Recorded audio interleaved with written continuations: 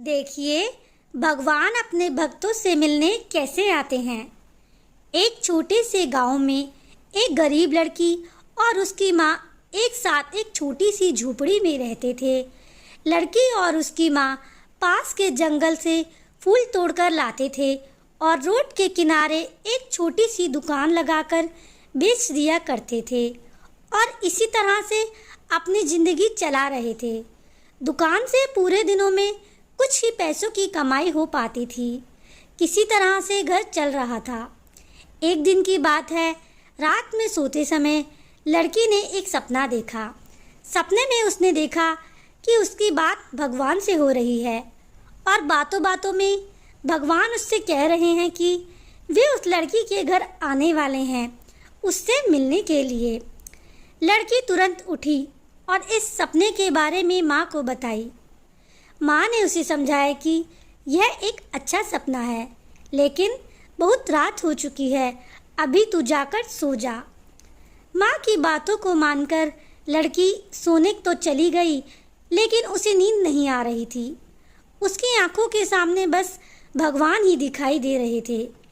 बहुत देर तक भगवान के बारे में सोचते सोचते आखिर उसे नींद आ गई। जैसे ही सुबह हुई, लड़की और उसकी माँ फूल लेने के लिए जंगल जाने के लिए तैयार हो गए। जैसे ही लड़की ने घर का दरवाजा खोला तो देखा कि नीचे फर्श पर एक चिट्ठी रखी हुई है। लड़की ने उस चिट्ठी को पढ़ने के लिए खोला तो देखा कि उसमें लिखा था कि बेटी, आज मैं तुमसे मिलने जरूर आऊँगा, तुम्हारा भगवान। लड़की चिट्ठी पढ़ते ही तुरंत माँ को बुलाकर चिट्ठी दिखाई और भगवान के आने की उत्सुकता दिखाई। माँ ने लड़की से कहा कि तुम्हारे साथ गांव के किसी लड़के ने मजाक किया होगा। ऐसा थोड़ी ना कि भगवान किसी को बता के आते हैं।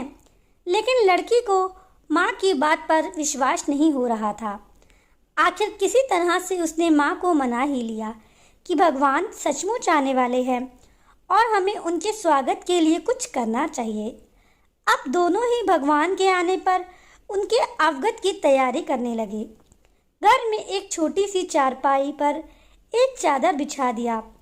खाने के लिए घर में कुछ ना होने पर माँ ने कमाए हुए 300 रुपये लड़की को दिए और कहा कि दुकान से मिठाई और दूध लेकर आ जा। लड़की घर से निकलने ही वाली थी कि जोरों से बारिश होने लगी। उसने एक चादर को ओढ़कर हाथ में एक छाता लिया, दुकान की तरफ चल पड़ी। जैसे माँ ने कहा था कि लड़की ने 200 रुपये में मिठाई और दूध लेकर घर की तरफ जाने लगी। उसे डर था कि कहीं भगवान आकर चले न जाए, इसलिए वह एक रिक्शा कर तुरंत घर की तरफ निकल पड़ी।